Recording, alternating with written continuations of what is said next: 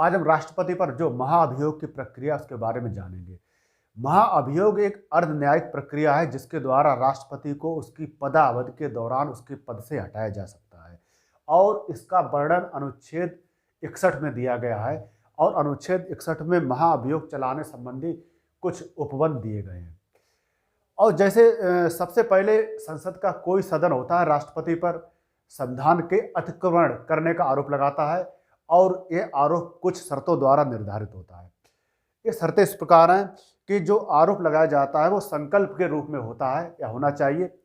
और यह कम से कम राष्ट्रपति को जिस पर आरोप लगाया जाता है उसे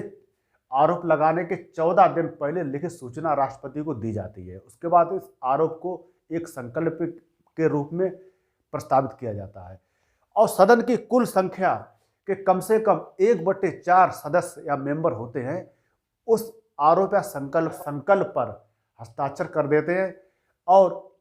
आरोप को प्रस्तावित करने का प्रयोजन बताते हैं। और इसके बाद क्या होता है कि जो सदन की कुल संख्या के कम से कम 2/3 सदस्य बहुमत द्वारा ऐसा संकल्प पारित कर देते हैं और फिर जब सदन आरोप लगाता है तो दूसरा सदन ऐसे आरोपों की जांच करता है या उनका अन्वेषण करता है।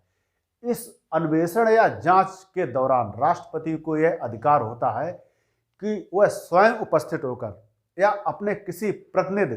के माध्यम से संसद में अपना बचाव पक्ष प्रस्तुत कर सकता है या करेगा। यदि जांच के बाद सदन इस बात पर सहमत हो जाता है कि राष्ट्रपति के विरुद्ध जो आरोप लगाए गए हैं वो सिद्ध हो गए हैं और सदन इस आशय का संकल्प सदन की कुल संख्या के कम से कम 2/3 सदस्यों के बहुमत से पारित कर देता है तो ऐसा संकल्प पारित होने की तारीख से राष्ट्रपति अपने पद से हटा दिया जाएगा। तो ये तो हुई राष्ट्रपति पर महाअभियोग की प्रक्रिया।